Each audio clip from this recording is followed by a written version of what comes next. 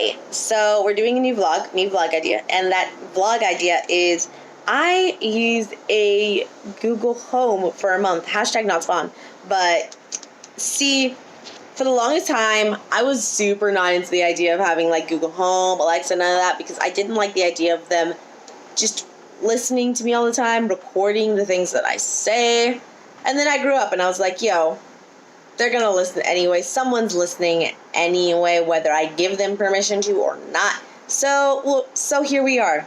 In fact, actually, the reason why I ended up getting one was because I got it for free with Spotify Premium, not Spotify Premium Family, something like that. So I ended up getting one for free. It has come in, and there's not going to be like a ton of footage of me actually using it, mostly because my house is constantly dirty. So we'll see. We'll see what happens. We'll see how I like it. I'm nervous. I'm a little uncomfortable. Well, it's a learning experience. The damn thing broke. So I got the Google Home to work. It was just, I don't know, it was just being super janky for a little bit. And like when we went to Best Buy like last week because I was trying to get my computer fixed. They can't fix it. No one else on Island can fix it. So I had to buy a new computer, and I was just like so desensitized at the moment that I ended up buying a second Google Home. I don't know why. They're Google Home Minis. We have 2 Google Home Minis. I don't know why I got it, because we live in a studio apartment, so they like are the cats are freaking out right now. They're triggered anytime we say anything. Both of them are triggered. It's great. We're working on it.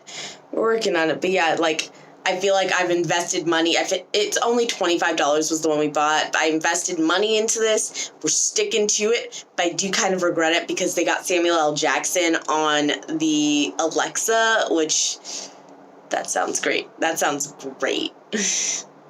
Hey Google. How you doing?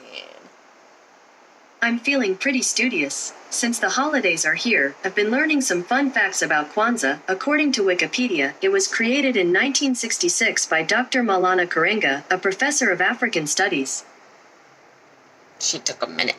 So, thing that I'm noticing with this whole, I'm sorry, I'm leaning against like some of Xavier's dye right now. It's fine. But a thing I've noticed with the whole Google Home situation, stop it, is there's not like a ton of settings that are useful to me, if we're being honest. I don't need to set meetings. I don't really need to set reminders. Although I will say, I really appreciate the voice commands when it comes to like musics and like look. Hey Google, play Warm Up. Sure, playing your Spotify playlist called Warm Up. Hey Google, skip. Hey Google, stop. Like, that's useful. I really appreciate that. And I appreciate having more speakers in my house, and these only cost like $25 each. Like, actually, one was $25. This one right here I got for free again for having the Spotify family. No, that's the wrong side. No, I turn up volume. But I got it for free for having a Spotify family account.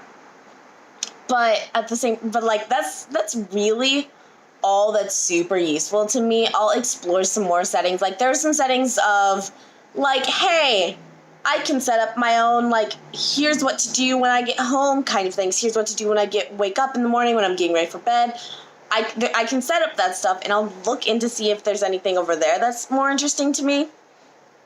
But otherwise, yeah, it's not, like, the music is really, like, the only factor I really appreciate. Again, it does kind of hurt me. It makes me a little sad that I don't have Audible controls, and I probably never will, because that's all Amazon stuff, and they and Samuel L. Jackson are not likely going to be sharing anytime soon, which is kind of stupid, because, I mean, you should share that. Like, you'd still be making money off of other people using Audible on Google Homes and stuff. But it's whatever.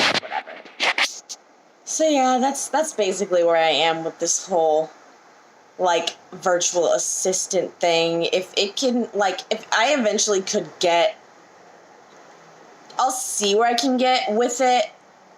So far, especially in terms of maybe like a task list, so I don't have to stop what I'm doing to write something, and instead can just be like, hey Skynet, maybe you've seen that Jazz video, but hey Skynet, can you like remind me to do this, take notes, stuff like that. We'll see how I feel about that in a little bit, as well as also eventually seeing how I feel about using these when I move into another home, because again, right now I'm living in a pretty small studio, so there'll be times where I'll like say the words and I'm trying to talk to this guy, and the bitch all the way over there, and we have our second one's just over at our kitchen, always ends up responding for some reason. That one hears me better than this one. It's weird, but yeah, we'll see what happens. We'll see how I'm feeling later. I might do another video of this when I use a Google Home for a month in a house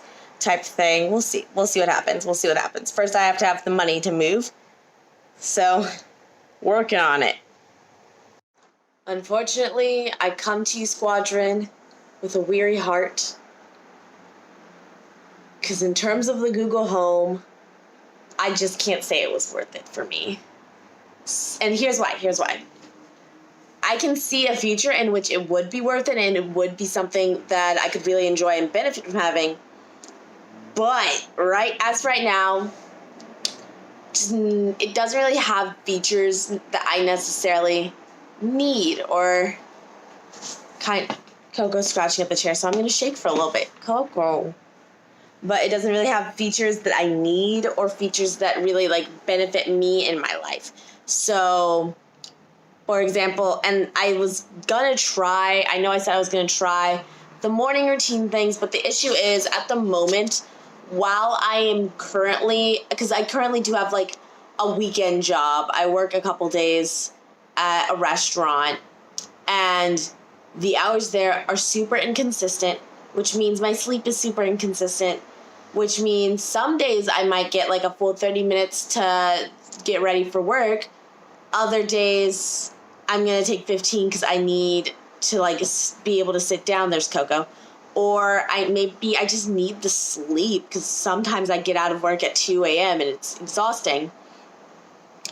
But there's that, and again, getting ready for work. Sometimes I can take some time to wind down and go to sleep. Other times I just have to be able to get into bed, or else I'm just not going to be able to sleep, and I'm going to have to go into work exhausted the next morning. So I can't really use those features. And I'm not going to lie, and this is going to hurt, like, the one feature that I said was like super great was like, oh my God, I don't have to like connect, like physically turn on a device and to connect my Bluetooth and stuff. But for some reason, the Google Homes I have, or at least the one that I keep closest to the bed, just does not like to connect to my Bluetooth at all. So it takes forever. I still have to go into all the regular settings anyway. It's not as worth it as I was hoping it would be. And so here I am. I've had a Google Home for about a month. I've had two Google Homes. We have one in like one corner of the house that's for the bedroom, and then the other in the corner of the house for the kitchen.